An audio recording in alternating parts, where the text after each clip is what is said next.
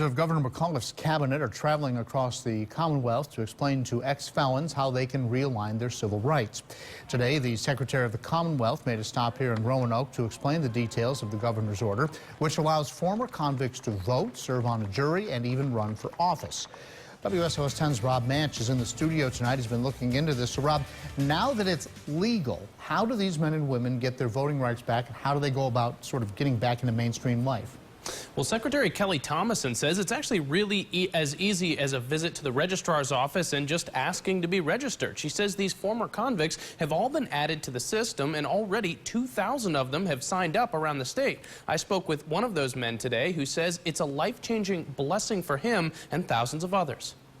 They paid their debt, and we're glad to be able to welcome them. Delegate Sam Razul, State Senator John Edwards, and dozens of advocates joined Secretary Kelly Thomason Friday in a celebration and explanation of the governor's new blanket order, returning civil rights to thousands of ex-felons. In the audience was David Winley, a man who just had his own rights restored.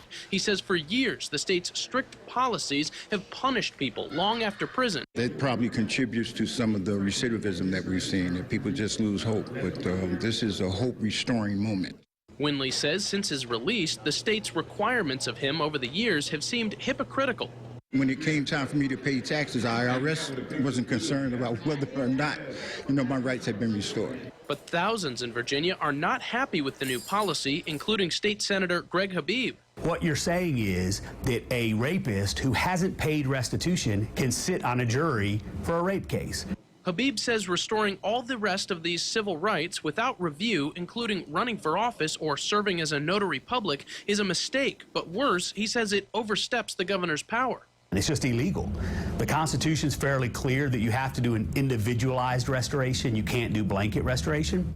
Secretary Thomason disagrees. The Constitution doesn't say individuals anywhere in the Constitution. It says the governor has the power to restore rights to persons who have been convicted. We looked up the wording, and the Constitution states no person who has been convicted of a felony shall be qualified to vote unless his civil rights have been restored by the governor. Nevertheless, Habib says, well, I think you'll see litigation. I think the courts are going to have to resolve this question. But for now, Winley says this is a time for celebration. My rights have been restored. So, it's wonderful. It truly is.